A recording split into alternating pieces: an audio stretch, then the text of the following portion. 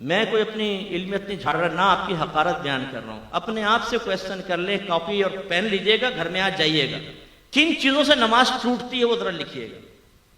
آپ کو خود پتہ چل جائے گا. آپ شاید ایک آدھ چیز ہی لکھ سکیں گے کہ چلو وضو ٹوٹ گیا, نماز ٹوٹ گئی, ٹھیک ہے. اس کے بعد ذہن خالی. کیوں؟ ہم نے سیکھا نہیں نا. یاد رکھیں کہ جو علم سیکھے بغیر بعض اوقات نماز پڑھتا ہے, میں نہیں کہتا ہوں, آپ کے نبی ارشاد فرماتے ہیں ایک بندہ 60 برس تک نماز پڑھتا ہے لیکن اس کی ایک بھی نماز اللہ کی بارگاہ میں مقبول نہیں ہوتی, اس لیے کہ وہ رکوع صحیح کرتا ہے تو سجدہ غلط کر دیتا ہے, اور سجدہ صحیح کرتا ہے تو رکوع غلط کر دیتا ہے. سرکار مسجد میں بیٹھے ہوئے ہیں, ایک دیہاتی صحابی جن کو اعرابی کہتے ہیں وہ آئے, نماز ادا کی, آ کے سلام کیا. سرکار نے سلام کا جواب دیا, پھر فرمایا صلی فإنک لم تصلی, تو نماز پڑھ کیونکہ تو نے نماز نہیں پڑھی. بڑا حیران ہوا, گیا پھر نماز پڑھی, پھر آئے, سرکار نے سلام کا جواب دیا, فرمایا یہی جملہ, جاؤ دوبارہ نماز پڑھو. پھر گئے, نماز پڑھ کر آئے, سرکار نے فرمایا تو نے نماز نہیں پڑھی, دوبارہ پڑھ. کہنے لگے یا رسول اللہ مجھے تو ایسی ہی آتی ہے, آپ تعلیم فرما دیں. اب وہ کر کیا رہے تھے؟ علماء نے اس کی تشریح بیان یہ کی کہ رکوع کے بعد سیدھا کھڑا ہونا, اس کو قومہ کہتے ہیں, یہ واجب ہوتا ہے. سیدھا کھڑا ہو کے کم از کم ایک بار سبحان اللہ کی مقدار آپ کو کھڑا ہونا ہوگا, پھر آپ سجدے میں جائیں. ایسی ایک سجدے سے جب ہم اٹھ کے بیٹھتے ہیں اس کو جلسہ کہتے ہیں. اس میں بھی کم از کم ایک بار سبحان اللہ کی مقدار بیٹھیں گے, اور پھر اس کے بعد ہم دوسرا سجدہ کریں گے. سبحان اللہ منہ سے کہنا نہیں ہے, جتنی دیر میں سبحان اللہ ہوتی ہے اتنی دیر بیٹھے, پھر اگلا. اب ہمارے بھائی کیا کرتے ہیں, رکوع میں گئے, یہ اٹھے فوراً, اور نماز پڑھتے ہوئے تیزی سے دیکھیے گا یوں چک چک چک چک, ایک سجدہ پورا نہیں اٹھے گا, پھر فوراً. اتنی تیز نماز پڑھتے ہیں بعض, اور خاص طور پہ بچے جن کو گیم سے اٹھا دیتی نا, امی نماز پڑھو, کم وقت تو گیم بند کروا دوں گی. اچھا امی پڑھ رہے, ان کی نماز کی سپیڈ آپ دیکھیں. ابھی ہم جیسا آدمی الحمدللہ رب العالمین الرحمن الرحیم پڑھے گا, وہ رکوع میں بھائی تو نے مشین لگا رکھی ہے منہ کے اندر, اتنی تیزی سے ختم کر لیا تو نے, اور یہ رکوع بس ایک دم فارغ. سنت غائب ہے نا, سنت موقدہ, غیر موقدہ, نوافل, اس سے بالکل مبرہ. خالی فرض پڑھے جلدی جلدی آ کے پھر بیٹھ گئے 2 گھنٹے کے لیے.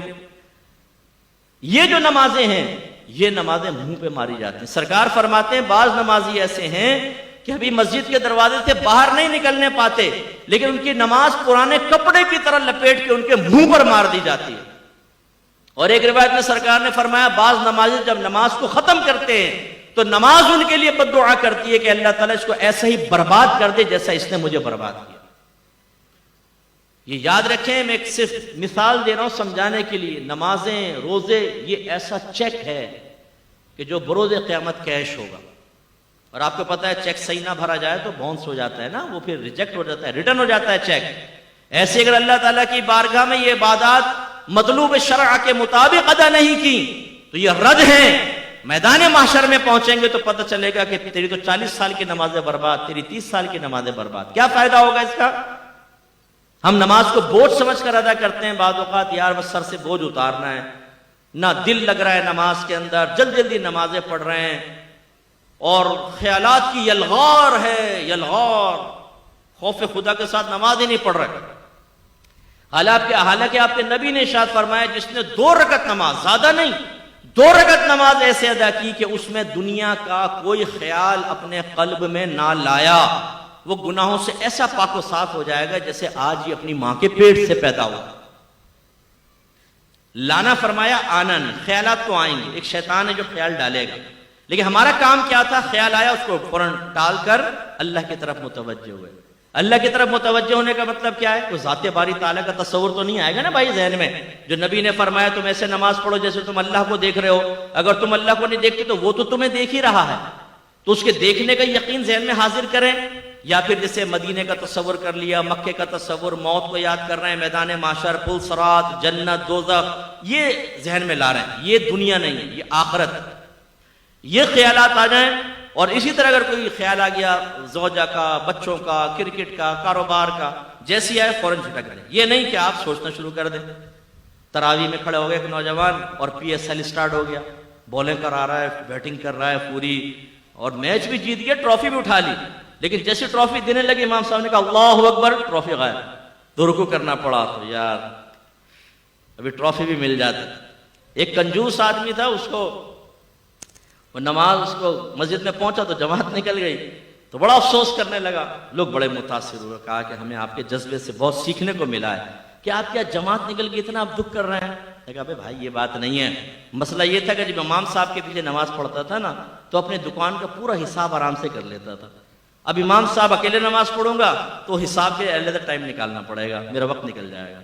تو یہ صورت حال ہوتی ہے کہ جو چیز ہمیں کہیں یاد نہیں آتی آپ آزما کر دیکھیے گا وہ نماز میں یاد آئے گی. اسی لیے ایک آدمی امام اعظم ابو حنیفہ رضی اللہ تعالیٰ عنہ کے پاس آیا، کہنے لگا حضور میں نے کچھ اپنا خزانہ دبایا تھا، اب بھول گیا کہ کہاں دبایا تھا، کیا کروں؟ فرمایا علاج تو بتا دوں گا لیکن تو کرے گا نہیں. کہا کہ جی کیسے نہیں کروں گا، آپ بتائیں، کیونکہ اس کے لیے تو ہم تیار ہیں نا. اگر میں کہوں 5 وقت نماز پڑھیں، داڑیاں بڑھائیں، دین علم کے دین سیکھیں، اللہ آپ کو جنت دے گا، ہم میں سے بہت سے کہیں گے ہاں کیا صحیح رہے بالکل، اللہ ہمیں توفیق دے گا، بس توفیق دے گا.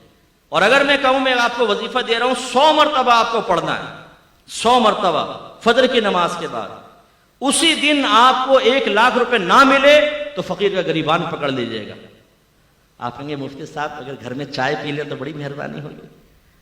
پھر آپ اس کو پوچھیں گے، پوچھنے کے بعد اگر میں یہ بھی کنڈیشن لگا دوں کسی نے شور کر دیا نا یا آپ بھول گئے گنتی، ختم، دوبارہ شروع، تو آپ اس کمرے میں داخل ہونے سے پہلے گھر والوں کہیں گے کوئی آئے نا ٹانگیں توڑ دوں گا، تم لوگ کم بخت ہو، نکل جاؤ، بچوں کو باہر نکالو گھر سے.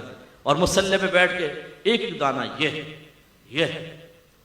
یہ ہمارا استغراق ہے. کیوں کہ مادی شے ہمارے سامنے آئے تو ہماری کامل توجہ ہوتی ہے، اور آخرت کے بارے میں کہیں تو بالکل بھی نہیں ہوتی.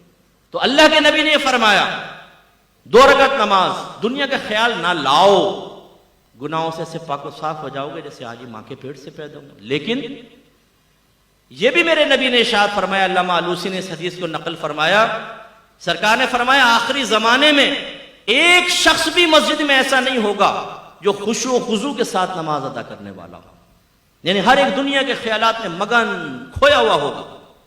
ایک شخص کو سرکار نے دیکھا وہ نماز پڑھ رہا ہے تو اپنی داڑھی سے کھیلنے لگا نا، جیسے ہم لوگ سیٹ کرتے ہیں نا ہمارے نوجوان، یہ پف بنا رہے ہوں گے نا، ان کو وہ آئینے میں اپنا عکس تو ذہن میں آ جاتا ہے، تو جیسے وہ آئینے میں کرتے ہیں وہ بغیر آئینے کے بھی ویسے سیٹ کر لیتے ہیں کیونکہ وہ نقشہ ذہن میں ہوتا ہے. اب وہ یہ سیٹ کر رہے ہیں، یہ سیٹ کر رہے ہیں، وہ شخص بھی کوئی داڑھی کو ایسا کرنے لگا.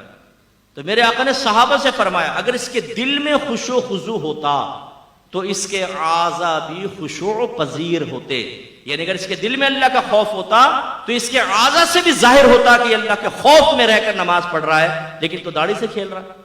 اور یہ ہمارا حال ہوتا ہے. تو کامل نماز کب ہوگی؟ جو مطلوب شرع کے مطابق، اور جس کو اقامت الصلاۃ فرمایا گیا وہ تب جب ان تمام مسائل کو سیکھ کر اور خشوع و خضوع کے ساتھ نماز ادا کریں. تو آپ برا نہیں مانیے گا، اپنی پچھلے پورے مہینے کی نماز کو آپ سوچ لیں، کوئی 2 رکعت نماز ہم نے ایسی ادا کی جس میں دنیا کا خیال نہ آنے دیا ہو. میری کوشش ہوتی ہے، اللہ مجھے عجب خود پسندی سے بچائے، میرے رب کا ہی کمال ہوتا ہے سب، لیکن میری کوشش ہے کہ میں لوگوں کو اصل دین کی طرف لے کر آؤں، احتساب کی طرف لے کر آؤں. اللہ جس کو توفیق دے. تو میں جب جمعے کی نماز پڑھانے لگتا ہوں تو میں سب کو کہتا ہوں یہ 2 رکعت نماز حدیث سنا دیتا ہوں، اور کہتا ہوں کم از کم یہ 2 رکعت نماز ایسی پڑھنی ہے کہ دنیا کا کوئی خیال دل میں نہ آئے. ہمت کیجئے گا. پھر تکبیر لگاتے ہیں، اللہ تعالیٰ یقیناً بہت سوں کی مدد کرتا ہوگا، اور ہو سکتا ہے میرے پیچھے جو نماز پڑھ کے نکلتا ہو وہ گناہوں سے ایسا پاک و صاف ہو چکا ہو جو آج ہی اپنی ماں کے جیسے اپنے ماں کے پیٹ سے آج ہی پیدا ہوا ہے. یہ تو اللہ کا کرم ہے نا، جس کو اللہ تعالیٰ توفیق دے دے. تو یہ ہمیں بھی کرنا چاہیے.